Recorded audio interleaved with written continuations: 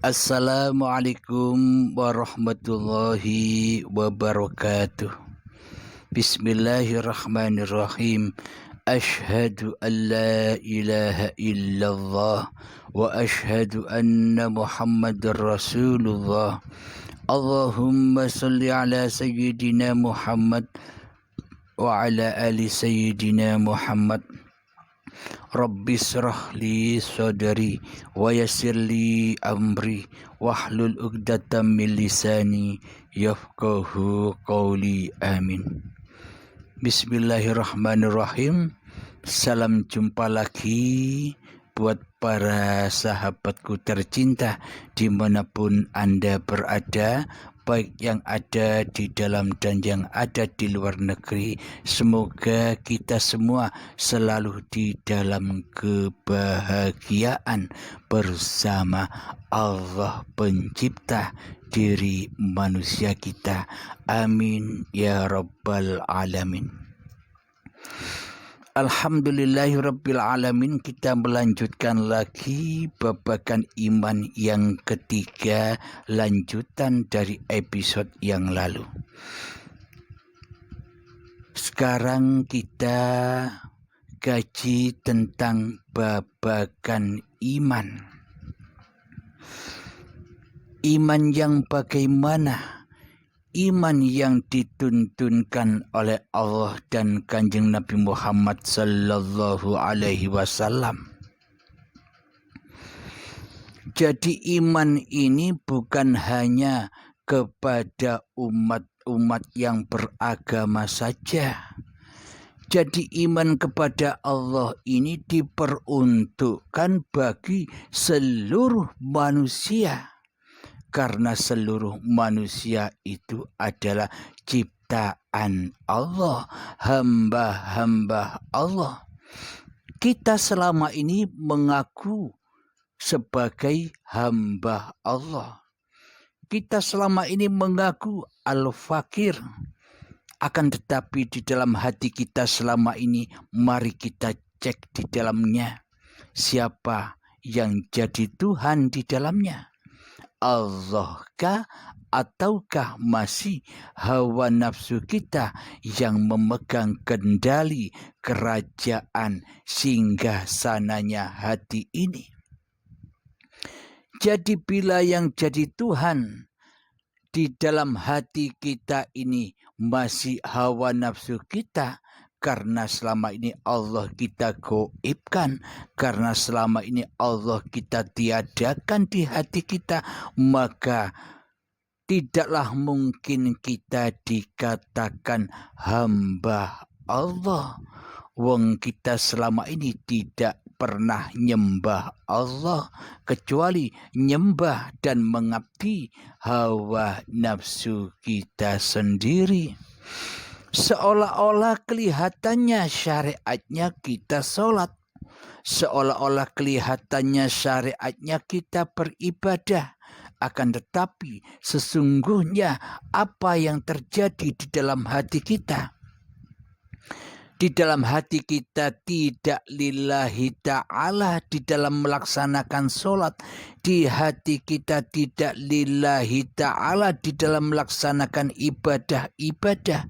Akan tetapi praktek hati kita selama ini, iman hati kita selama ini meyakini bahwa linafsilah yang sholat, linafsilah yang beribadah, linafsilah yang bisa bekerja, linafsilah yang bisa duduk, linafsilah yang bisa naik motor, linafsilah yang bisa berdiri dan berlari, seolah-olah diri kitalah sebagai Tuhannya seluruh pergerakan atau seluruh syariat-syariat yang ada di badan kita ini. Inilah iman yang tersesat, seolah-olah kelihatannya benar di sisi syariat. Karena di sisi syariat, karena mayoritas manusia hanya menyaksikan pola badaniahnya, kerjaan badaniahnya, tampilan badaniahnya, Oh, orang itu sholat, berarti orang itu ahli ibadah, berarti orang itu hamba Allah. Oh, orang itu ibadah, berarti orang itu ahli ibadah, ahli menyembah Allah, ahli mengabdi kepada Allah. Itu kan penilaian secara dohiriahnya, penilaian di luar diri kita, pandangan mata diri kita. Akan tetapi penilaian di sisi Allah bukan di situ letaknya. Penilaian di sisi Allah adalah aku tidak memandang rupa dan hartamu. Aku tidak memandang setinggi apapun ilmumu, dan aku tidak memandang sebanyak apapun amal ibadahmu, serta aku tidak memandang apapun status kemuliaanmu di sisi manusia. Akan tetapi aku hanya menyaksikan hatimu. Di dalam hatimu itu yang wujud, di dalam hatimu itu yang hidup, di dalam hatimu itu yang berkuasa, di dalam hatimu itu yang punya kehendak, daya upaya dan ikhtiar. Di dalam hatimu itu yang jadi raja, dirimu atau aku. Bila yang jadi raja dirimu di hatimu, sementara aku engkau goibkan kewujudan, kehidupan, kekuasaan di hatimu, yang ada hanyalah dirimu sendiri, berarti kamu telah mensekutukan aku dengan dirimu sendiri. Berarti yang jadi Tuhan itu aku apa kamu, kata Allah demikian. Berarti bila di dalam hati kita yang ada, yang wujud, yang hidup, yang kuasa, yang bisa daya upaya, masih diri manusia kita yang mentuhani di dalamnya, berarti selama ini kita masih kufur, kita masih ateis, kita masih ingkar bahwa Allah itu ada. Jadi belum beriman di sisi Allah. Inilah kenyataan iman itu. Selama ini kita tidak beriman walaupun sebiji zarah pun kepada Allah, selagi hawa nafsu ini tidak bersujud kepada Adam. Setan dan iblis ketika belum bersujud kepada Adam, maka tak ada iman di hati kita kepada Allah. Seolah-olah semua itu hanyalah simbol-simbol saja, agar iblis dan setan dengan leluasanya menyesatkan hati kita kepada Allah selama ini. Inilah kenyataan iman itu. Jadi bila hati kita belum berimankan kepada Allah, masih mengimankan bahwa hawa nafsu kita sendirilah yang mentuhani atas seluruh kehidupan, kekuasaan diri manusia kita, selamanya akan tersesat. Bagaimana mungkin kita dijuluki atau disebut dengan orang-orang yang Islam, orang-orang yang selamat, sementara hati kita belum selamat, hati kita belum Islam di sisi Allah. Inilah bukti bahwa selama ini hati kita belum Islam. Hati kita belum bersyahadat, belum menyaksikan bahwa tiada Tuhan selain Allah. Yang ada di hati kita masih tiada Tuhan selain aku. Aku hawa nafsu. Meskipun yang kita ungkapkan, yang kita zikirkan la ilaha illallah, la ilaha illallah, tapi di dalam hati kita, kitalah yang mentuhani kalimat-kalimat itu. Seolah-olah kitalah yang bisa membaca itu. Seolah-olah kitalah yang bisa mendengung-dengungkan kalimat tauhid itu. Masih ada pengakuan di dalam hati kita, kitalah yang bisa demikian. Itu berarti masih tersesat. Meskipun jutaan yang kita ucapkan la ilaha illallah, tapi ketika di dalam hati kita yang nyata, yang wujud, yang hidup, yang berkuasa untuk segala laku di dalam badannya kita ini masih diri manusia kita, seluruh apa yang kita zikirkan sesungguhnya itu kemaksiatan. Tipuan hanyalah kedustaan saja. Seolah-olah saja, tapi hakikatnya yang jadi Tuhan di dalam hati kita kan masih diri kita. Berarti seluruh amal yang kita kerjakan, seluruh zikir yang kita kerjakan masih linafsi, masih berpulang kepada diri yang fana, diri yang hancur.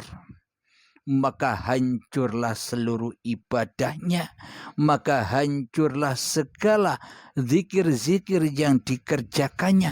Karena apa? Karena roji'unnya kepada iblis dan setan, tinggalnya ya di dalam neraka. Semuanya amal-amal yang kita lakukan dibakar di dalam neraka iblis dan setan di dalam hati kita. Pahalanya hanya apa? Hanya merasa bangga sudah bisa berzikir ratusan ribu. Kita berbangga atas segala apa yang kita kerjakan, yaitu pahalanya buat hawa nafsu kita sendiri. Tapi pahala di sisi Allah kosong. Yang ada hanya dosa, bukan pahala yang ada, tapi dosalah yang ada. Apa? Kenapa kok kita ibadah masih berdosa? Bukan mendapatkan pahala, tapi mendapatkan dosa. Karena kita tidak mentuhankan Allah di dalamnya. Karena kita selama ini mentuhankan hawa nafsu kitalah yang bisa ibadah. Itulah dosa itu. Itulah jahanam itu. Maka di setiap kita menapaki syariat-syariat wat siratal mustaqim, kita selalu terjatuh dan terjatuh ke lembah neraka jahanam. Ketika kita sholat, ketika kita ibadah, pasti terjatuh di dalam alam linafsi daripada alam lillahi ta'ala. Karena apa? Karena tidak ada iman sedikit pun di hati kita kepada Allah. Inilah pentingnya iman. Bila iman sudah terpatri di dalam hati kita, maka selamatlah, maka Islamlah. Seluruh apa yang kita kerjakan sudah dituhani oleh Allah dan sudah tidak dituhani lagi oleh hawa nafsu kita sendiri. Itulah iman yang dimaksud, yang dicontohkan oleh Kanjeng Nabi Muhammad Sallallahu Alaihi Wasallam. Bagaimana mungkin kita disebut umatnya Kanjeng Nabi Muhammad bila kita hanya mencontoh syariat-syariatnya saja yang sudah kita ketahui bahwa bila bersyariat saja tanpa iman semuanya tersesat. Tidak selamat di sisi Allah, tidak sampai kepada Allah. Apakah kita menjadi golongan Kanjeng Nabi Muhammad, umat Kanjeng Nabi Muhammad, bila hanya di dalam keadaan tersesat. Hatinya bukan golongan Kanjeng Nabi Muhammad, bukan umatnya Kanjeng Nabi Muhammad. Bila hati kita tidak sesuai seperti imannya Kanjeng Nabi Muhammad yang selalu di dalam hatinya mentiadakan makhluk dan mengadakan Allahnya saja, yakni mentauhidkan hanya kepada Allah ketimbang mentauhidkan diri Muhammadnya, mentauhidkan Allahnya saja di hatinya daripada mentauhidkan hawa nafsunya sendiri di hatinya. Jadi hawa nafsu kedirian manusianya sudah lebur ke alam lillahi ta'ala. Maka ketika hati sudah beriman yang demikian, yang ada hanya Allah, pasti seluruh syariat-syariat yang berlaku pasti kembali kepada Allah lah, sang penguasa di seluruh syariat-syariat yang manusia kerjakan. Itulah yang dimaksud alam lillahi ta'ala. Imannya seperti imannya Kanjeng Nabi Muhammad yang tidak ada di dalam hatinya kecuali Allah. Inilah iman itu. Mari kita ubah, mari kita bangun lagi jiwa kita dengan iman yang dicontohkan oleh Kanjeng Nabi Muhammad Sallallahu Alaihi Wasallam, yang ternyata selama ini iman yang kita kerjakan, iman yang kita akui beriman kepada Allah hanyalah iman yang dusta, hanyalah iman yang bohong-bohongan. Karena iblis dan setan tidak akan rela, tidak akan ridho bila kita nyembah Allah. Alhamdulillahirabbil alamin. Semoga kita selalu ditunjuki oleh Allah kepada jalan yang lurus, melewati wat siratul mustaqim hingga bertemu ke alam lillahi ta'ala di setiap syariat yang kita kerjakan. Amin ya rabbal alamin. Rabbana atina fid dunya hasanah wa fil akhirati hasanah wa qina adzabannar. Wa sallallahu ala sayyidina Muhammad wa ala alihi wa sahbihi wasallam. Walhamdulillahi rabbil alamin. Akhirul kalam. Assalamualaikum warahmatullahi wabarakatuh.